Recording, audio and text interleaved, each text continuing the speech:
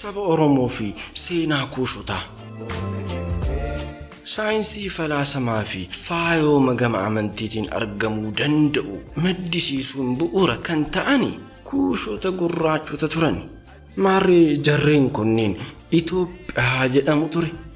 Itoophiyaa kan jedhamu lafa Misiraa kaasee hanga Nuubiyaa fi lafa hanga galaana Hindiitti jiru ture. Abbootiin keenya kuushonni bu'uura amantiiwwan ilmaan nama maraa kan ta'e falaasama wal xaxaa ta'e maddisiisuun amantii gadi fageenyaa qabuu fi hiika guutuu qabu hordofaa kan turanidha. Namoota yeroo duraaf dhimma fayyooma salvation kan barsiisaa turanidha. Maarree kunis kan mirkaneeffamu lubbuun namaa mana hidhaa qaama yookiin nafaan marfamtee kan jirtu du'aan kan bilisa taatuu fi walaba kan taatus du'aa ka'iinsa booda yeroo Waaqayyoo murtiif dhufudha jechuun kan barsiisaa turan ta'uu seenaan ni mirkaneessa. Seenaan kunis The Dead Book irratti kan galmaa'edha. Misiraachoo abbootiin keenya dursanii addunyaa kanaaf lafa kaawwanidha. Kunis ummattoota Waaqatti amananii fi yaada ka'umsaa ta'uun yayyaba dhaggeeffannaa yeroo booda ummanni biyya lafaa hedduu fudhatu ta'eedha jedhanii dubbatu.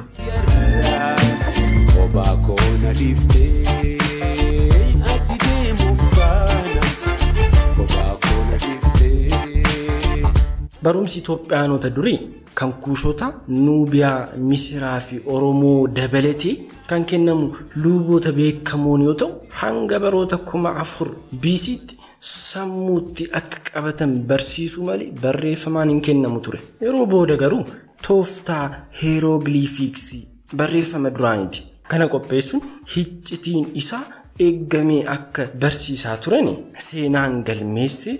Beekumsa kanas Awurooppaan kibbaa fi biyyoonni baha jiddu galeessa gara Misiraa fi Nuubiyaa dhufu barumsa fudhachaa turani.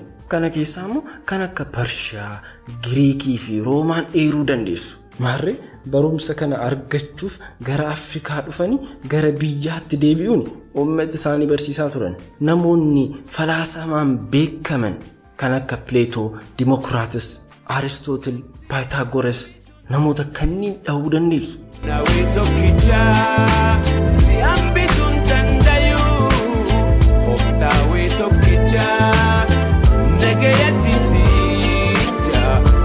The Stolen Legacy jedhee 1954 irratti barumsi kuushotaa keen hiccitiin isaa eeggamee manneen moototaa kan fara'oonotaa itti eeggamee ture. Barumsi sammuutti qabatanii dhalootaaf dabarsu kun tooftaa hanga yeroo dhiyootti akka seerota sirna gadaa Oromoo, qinee fi zeemaa warra Habashaa kan fakkaatudha. Kabajamtoota daawwattoota Sagalee Kitaabaa. Seenaan kun kitaaba sakatta'insa Oromoo kan Alamaayyoo Hayileetiin barreeffamedha. Waan nu daawwattaniif galatoomaa horaa bulaa.